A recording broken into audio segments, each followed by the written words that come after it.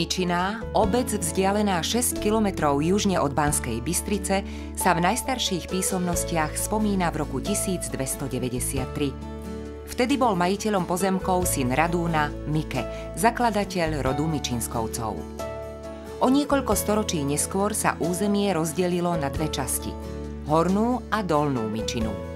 Centrom zostala Horná Myčiná.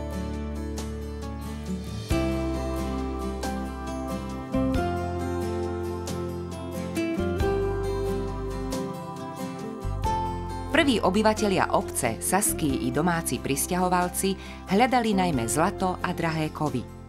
Ale darmo prekutali celý chotár. Všade v okolí, v Banskej Bystrici, Ľubietovej i na Ponikách prekvitalo baníctvo, ale v Myčinej nič nenašli. Ostala im iba jediná možnosť – živiť sa pôdou.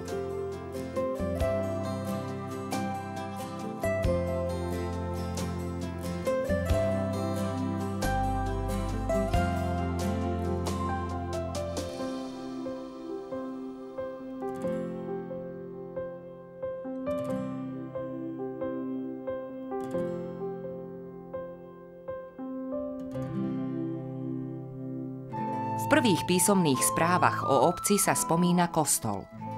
Mičinskovci ho dali postaviť koncom 13. storočia. Pôvodne ranogotický, neskôr upravili do neskorogotického slohu.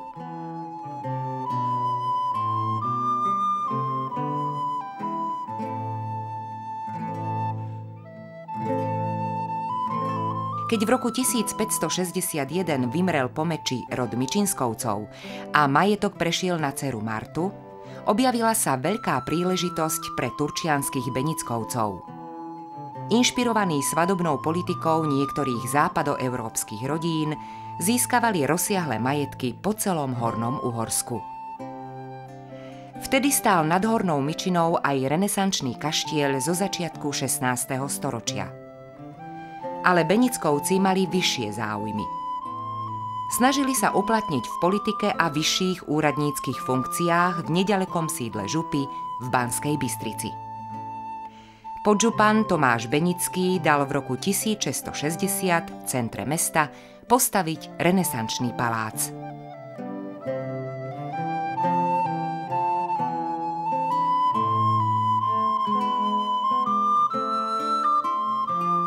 Tomáš Benický z Myčinej.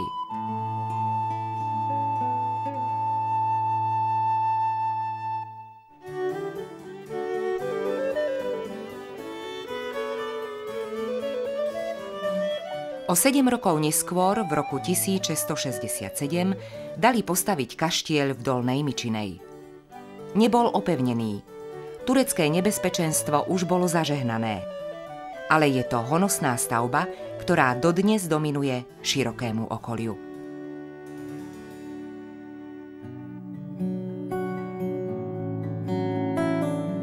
Po zrušení poddanstva v polovici 19. storočia Benickovci predali rozsiahle pozemky, dnes takmer celé územie Dolnej i Hornej Myčinej, podnikateľovi z Banskej Bystrice. Odsťahovali sa do Budapešti.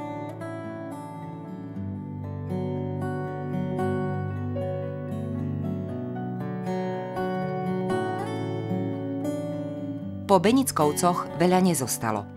Dva honosné kaštiele v Hornej Myčinej v 50. rokoch 20. storočia obyvatelia rozobrali a použili ako stavebný materiál. Dnes ani nepoznáme ich podobu, nikto ich nenakreslil ani neodfotografoval.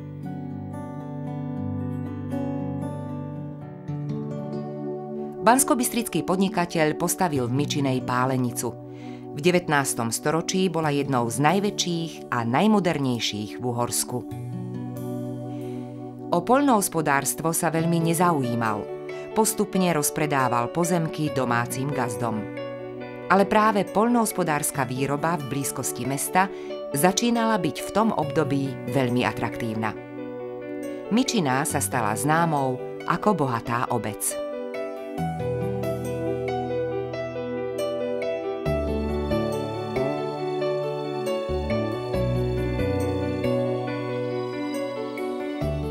Hovoria o tom aj domy myčinských gazdov z konca 19.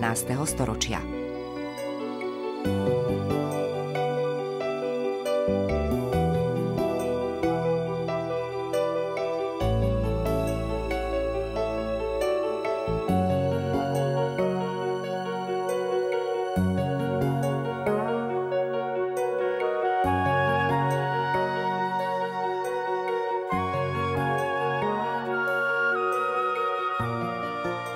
K rovnakému obdobiu patria ojedinele zachované výrobky myčinských žien. Vyšívané i tkané.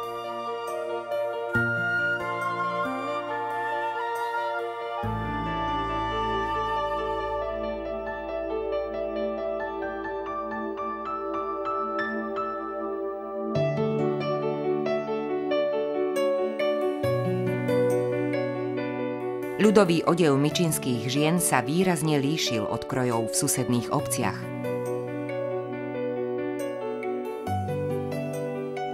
Na tejto fotografii v pozadí vidíme vstupnú bránu do kaštieľa zo 16. storočia.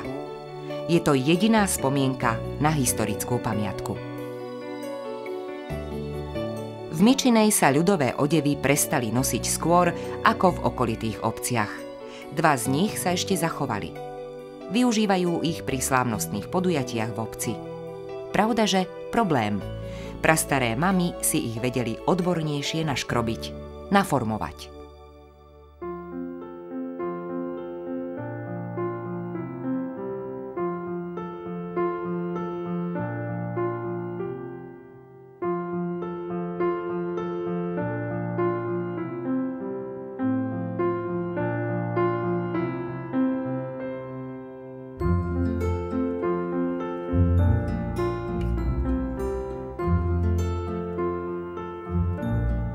Väčšia podsta sa ušla remeselníkom.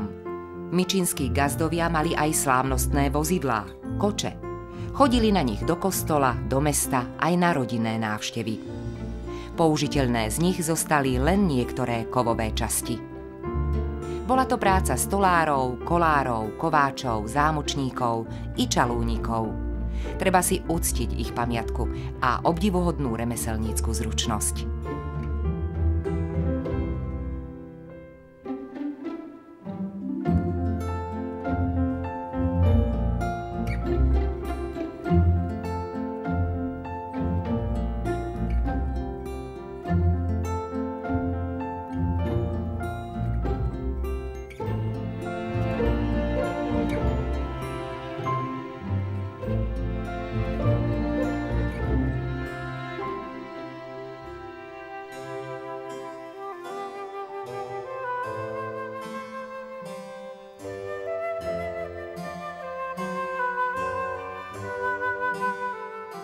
Najstaršou historickou pamiatkou v obci je rímskokatolícky kostol z konca 13. storočia, zasvetený Michalovi Archanielovi.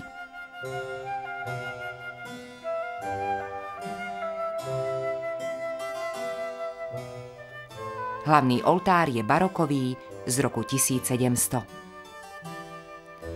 Kostol bol patronátnym chrámom Benickovcov. Od roku 1994 patrí pod farnosť v Čeríne.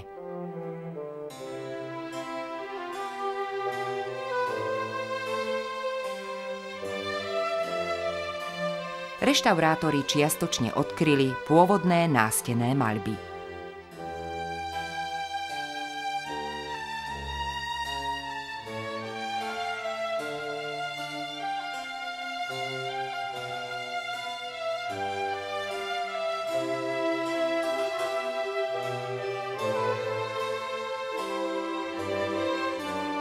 Kultúrnou pamiatkou je aj evanielický tolerančný kostol z roku 1785.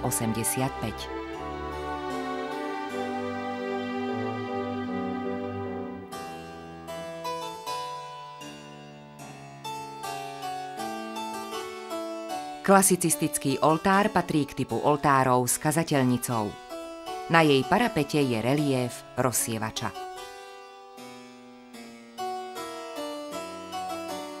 Klasicistický orgán je z roku 1786.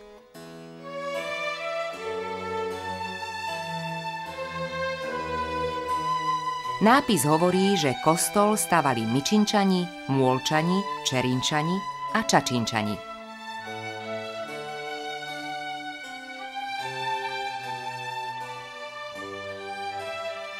V cirkevnom archíve sa zachovali vzácne dokumenty.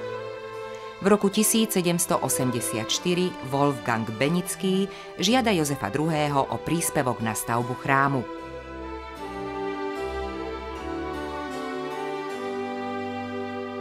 Záznamy o darcoch z jednotlivých obcí.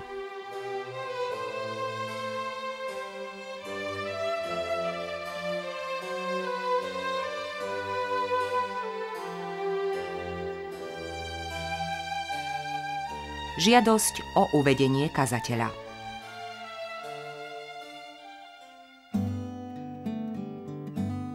V záznamoch nachádzame aj meno náboženského spisovateľa a historika, učiteľa Adama Chalúbku. Jeho syn Ján Chalúbka narodil sa v Mičinej v roku 1791, vynikol predovšetkým ako dramatik. Vo svojich večne aktuálnych divadelných hrách mal kľúčovú tému Kocúrkovo.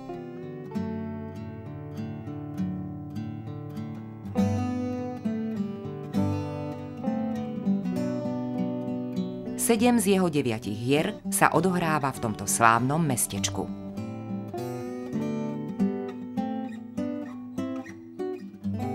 Pod pojmom Kocúrkovčina sa rozumelo všetko zvrátené, nezmyselné. Obmedzenosť, rodinkárstvo, nízke prízemné ciele, ale aj nedostatok ľudskej hrdosti. Ján Chalúbka strávil väčšiu časť života v Brezne.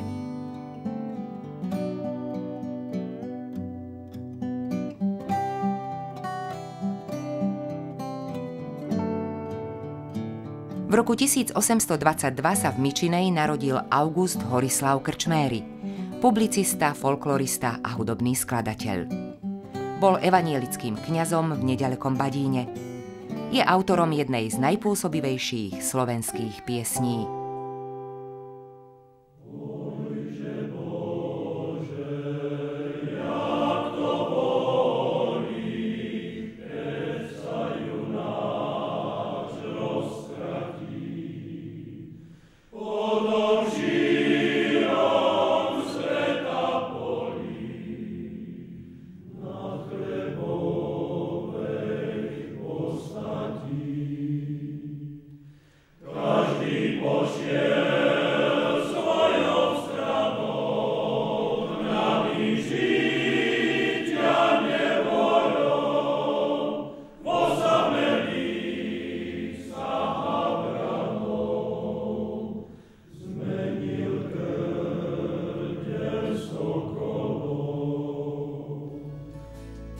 August Horislav Krčméry zomrel v roku 1891.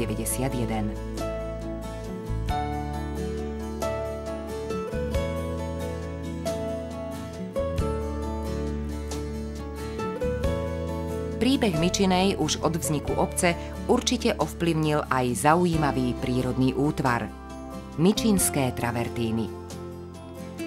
Na rozlohe takmer 5 hektárov je dodnes zachovaný a ľudskou činnosťou nenarušený systém pramenísk minerálnych vôd. Pestrosťou typov patrí Mičinský travertínový útvar medzi najvzácnejšie na Slovensku.